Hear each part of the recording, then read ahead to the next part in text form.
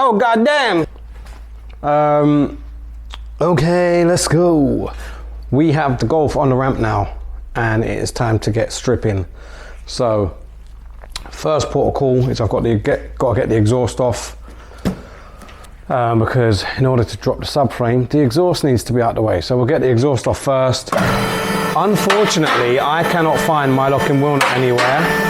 I know I've done tyres on this a few weeks back, or a few weeks before the engine situation. So I won't be able to take the wheels off, unfortunately, until I find myself a replacement locking wheel nut. For now, what I'll be doing is pulling off the exhaust, get the exhaust down and out the way, and then we can start getting ready to drop the subframe. This is good. I'm excited for this, but it is, yeah, it's going to be long-winded. So exhaust down, subframe off, heat shields off. Then we're going to cut a hole in the boot. We're going to cut a hole in the boot, man. Right, so we've got to take off the little brace that sits underneath the exhaust first. That's just to allow me to get to both of these bolts for the clamp on the exhaust. There we go. I'm not even sure if these are going back on. I feel like it's a 15, I could be wrong. Bullseye! He never misses.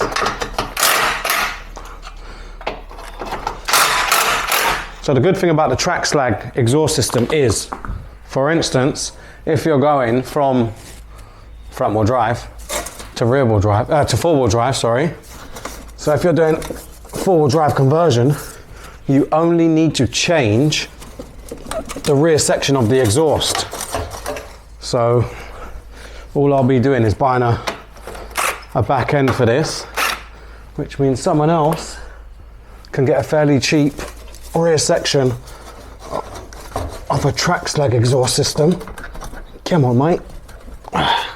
We'll disconnect it all.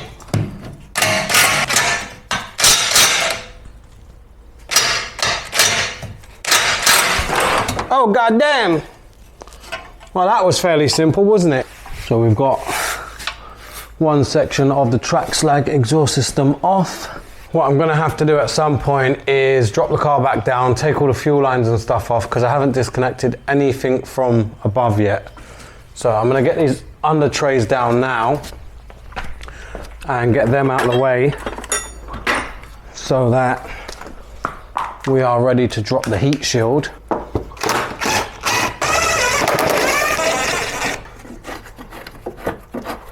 These heat shields are rather annoying to deal with because they've got these funny clips on them and they don't always like undoing, unfortunately.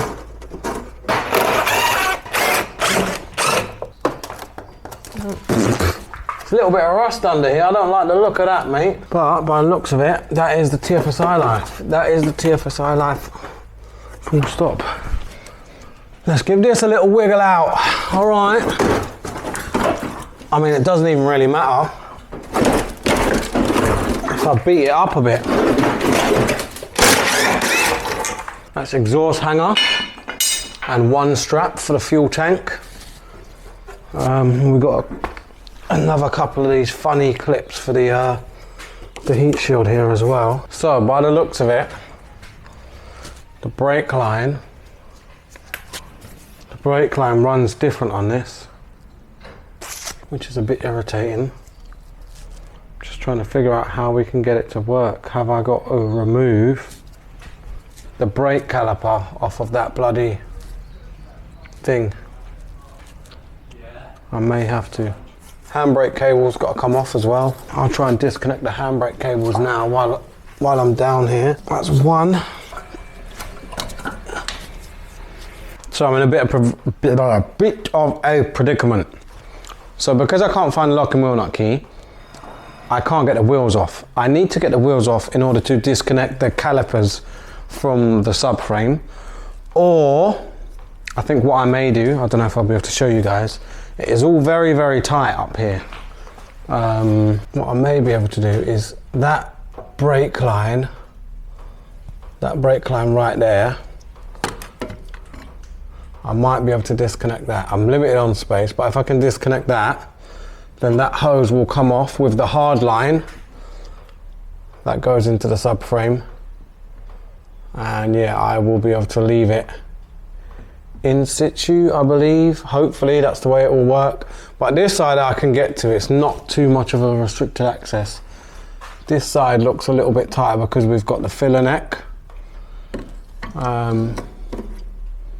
But it is what it is. I've got to try something because ideally I want this subframe down and off today. And I want to get the four-wheel drive subframe and fuel tank up. So that's where we are. I can only hope that it all goes to plan. But we'll get the car down for now and start doing some of the other bits. Another thing that's slightly irritating is I've got to get the wheel arch liner out. And I don't have the locking wheel nut key.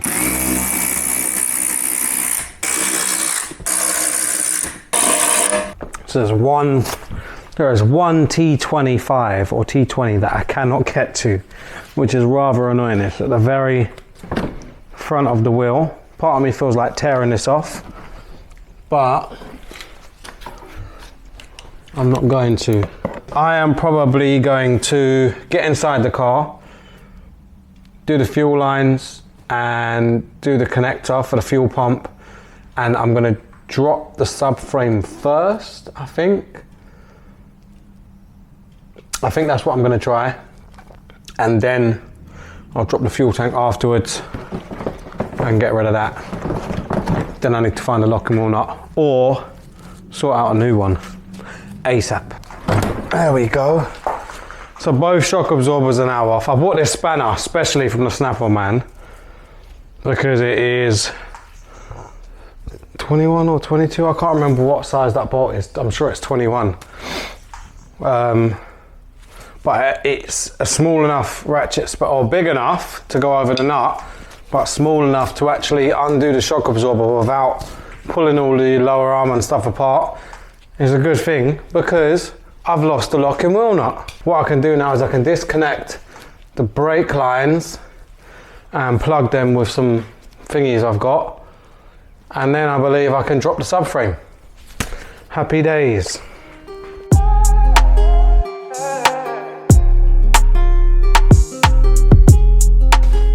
Okay, so I've just realized that my mics were turned off.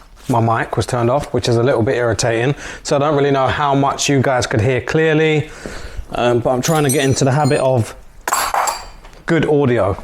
Good audio is a must. But yeah, we've had a couple of issues. We are now back to the point of, yeah, obviously subframes down and whatever else. And I've just got to take off the wheel arch liner, then we can drop the fuel tank, and then we can look at starting to put this bad boy back together. So I've still got to transfer over quite a few bits. The calipers and carriers from the Golf subframe, that's all good stuff. So that's going to go over to them at some point. I'm going to bolt that setup on as it is. I'll just throw the springs over, but the calipers and carriers need to go over because they were replaced not so long ago. And is there anything else? The wheel bearings were new not that long ago.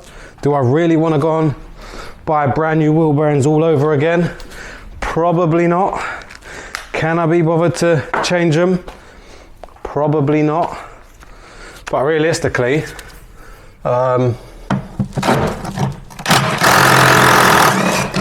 once I take the calipers and carriers off, we are pretty much there. So maybe I should just throw everything over. Let me show you guys this quickly, right? This is why some of these VAG cars rust so badly. You look inside of this wheel arch liner, this is all mud. That's all mud. Soggy dirt wet dirt that builds up over time behind your wheel arch liner. If you can be bothered, it's worth having a clean out every now and then. You can see I've got bits of rust bubble coming up there, coming up there, coming up there, which is very irritating. I hate it. I don't like it. So the car does look very good from far, but there are bits around this car that really let it down, which is annoying. But we've got something planned for that anyway, so let's not really concentrate on that too much.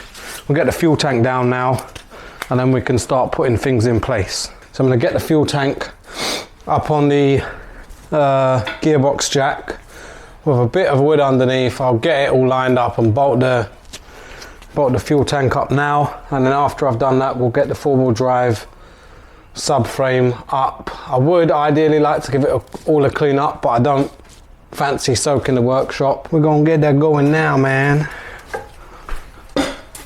I don't know if this is the right way to do it, but I'm gonna do it. Fingers crossed it goes to plan, but we shall.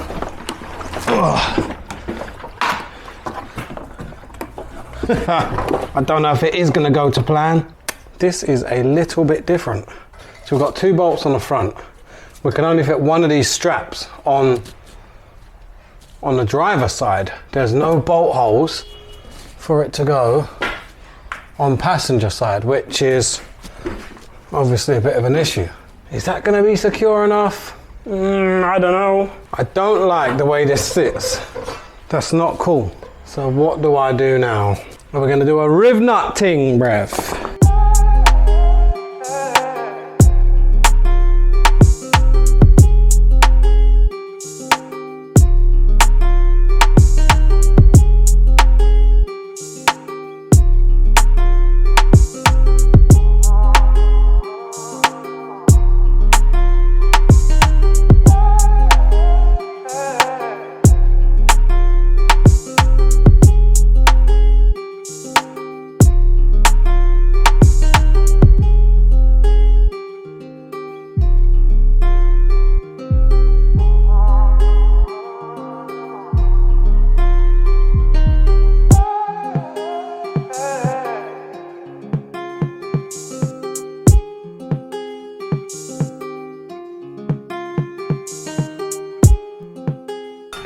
Okay, so that didn't go to plan. Right, so we've now got the four-wheel drive subframe and set up underneath the Golf. I'm going to drop the Golf down now and get ready to line everything up.